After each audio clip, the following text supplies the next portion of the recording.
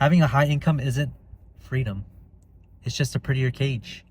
And what I mean by that is you need multiple sources of income to make sure that you can live a more free life where you don't actually have to work and go to the office or log onto your computer to actually make some extra money. Instead, someone will just send you money or your wealth grows. And my name's Jeff.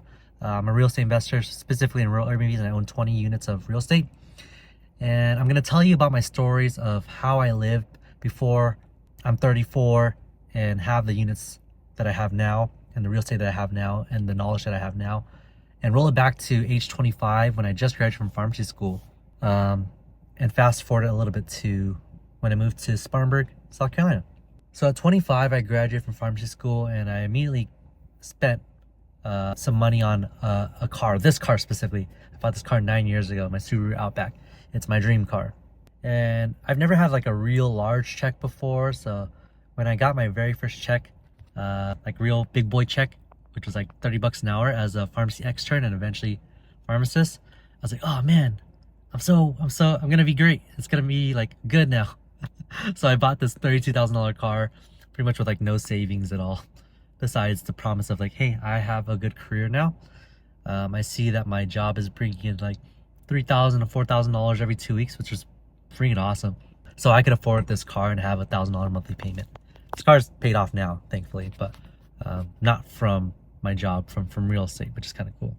And after I bought the car, I just realized, oh, my cash flow went down a little bit. Like my monthly income that I have every single month went down. And I just realized I was already maxed out on hours. I couldn't really work anymore besides at the hours that are offered to me by my job. And honestly, I was tired of working 60 hours a week because right when I graduated, I kept working 60 hours a week. So I moved forward. I was like, okay, well, I'm not going to make a crazy purchase like this anytime soon. But I'm honestly getting tired of work. I'm going to go figure out how other people make a lot of money. And I figured out real estate is probably one of the most tried and true paths. So eventually I saved up a lot of money and I bought my very first 2 rentals in South Carolina, and I actually moved back there to live with my parents who were my very first real estate mentors, alongside the people on like biggerpockets.com and just books that I read, like Long Distance Real Estate Investing, Short-Term Rental, Long-Term Wealth, the Burr book, the book on Low to No Money Down, Real Estate Investing by Brandon Turner. So I bought these first 2 homes, and it made me like $100 to $600 a piece every single month after like my mortgage, and I didn't account for other expenses, so we're not going to talk about that. So like the capital expenditures, but it was still a great home that made me a little bit of extra money and realize that I can actually make money while I'm at work, while I'm sleeping, especially if I have the right strategy. And the first time like I did this, I started feeling a little more comfortable because my income went up. I started being able to offset the costs for my car that I live in. So I decided to go on a vacation. And at this time, I got promoted to pharmacy manager. So I was no longer making $120,000 like I used to when I lived in Colorado, but now I'm making $170,000. And after taxes, it's really not that great. It's like $90 to like $110,000. Of course, I invest in like my 401k and stuff. That's why it drops it down. We have Social Security, and a few other taxes that we have to deal with. So it was good money still, but compared to like what it is now and what I know, it's not that great.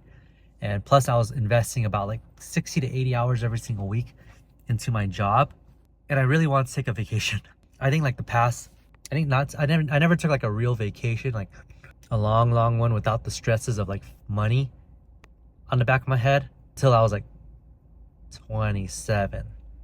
But even then there was still a little bit of stress in my head because I was like, oh, I'm gonna spend like $8,000 on this trip to Paris, Germany, England, and Austria in 2019, and we're gonna spend a lot of money. And it took me a whole month or 2 to enjoy that. So it was like a double-edged sword of like, hey, for a whole month I'm not gonna be able to work, so I'm gonna lose $8,000. And the second thing is like, hey, I'm gonna go in and spend all this money on these flights, food, and trips and travel. So I'm essentially losing like $15,000, $20,000 by going on a vacation. And I still remember like when I was booking the flights, I was like so picky about like the cost of it, and I was just worried in the back of my mind, like, oh, we gotta buy food still, we gotta buy like car rides, there's like tickets into the museums, I don't know what stuff is gonna be. And honestly, like having that in the back of my mind, like while I was on the trip and even while like planning and booking it, it made it less enjoyable. I don't know what it is, but there's just something about like knowing that I have to go back to a worse situation after this fun, frolicking trip. And of course, it was worth it, and it was a lot of fun to see like the Eiffel Tower, all the really cool museums, the Louvre, the Mona Lisa in real life, and this other really cool painting called The Kiss, which is like this gold and painting or something like back in the days. And it was something I wouldn't trade, but honestly, I wish that there was a better way to do it. And I'm glad like I really stuck to real estate investing, because roll back like to 34 now, instead of having those feelings when I just booked this trip to Japan with my fiance, I think we spent like $10,000 on a trip to Japan for about 2 weeks. And the difference is while we were there, I was getting these notifications from like Airbnb or VRBO saying, oh, you just got paid, you just got paid, you just got paid. And I wasn't working as a pharmacist at that time, which was really like awesome. So I also was like going back knowing that I'd have to start work again, specifically at my W-2 job. And then I had to like call off my bosses and like ask them if I can have permission to get this time off, and like them tell me you have to find your own coverage for getting your shifts off. Also, you're running out of PTO, so you're not gonna get paid for this amount of time. And it was honestly just like so much like stress off my shoulders, knowing that I could just go on a trip, I'll get paid for it while I'm on the trip, and because I make way more money from my rental income compared to what I did in my W-2 job, I think everyone should be shooting for a route like this. Like they should plan like this. Like I don't think it's honestly talked about enough where 34-year-olds can buy real estate even when they're 25. Like if you're planning this when you're 25, it's not like a get rich scheme.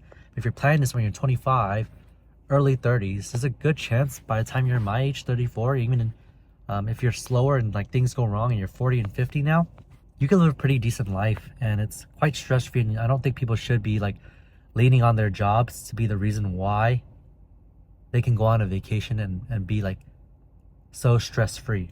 And it's a shame that we're always taught to live as earners, and the system doesn't teach us how to be owners and investors. Because I think if that were the case, the world would be more productive, people would be happier, people would be doing the jobs that they wanted. And I don't think that Gen Z and millennials would be in such a tough spot. And maybe even like some Gen X and boomers, you know, like if they're having trouble, if the system taught us how to invest, how to be owners, and not rely on like the government or like Social Security or like someone else to give them their monthly income, especially with like inflation going the way it is right now, things would be so much better. So the lesson is, if you can, try and invest in some real Airbnbs or some real estate or something that's high cash flowing. And if you don't know how to buy these, there's a really good book called The Book to Load to No Money Down by Brandon Turner that teaches you how to buy real estate with no money out of your pocket. Plus, take that lesson where you can actually own the real estate and then use a rental strategy like short-term rental, long-term wealth, where Avery Carl teaches you how to set homes up as Airbnbs.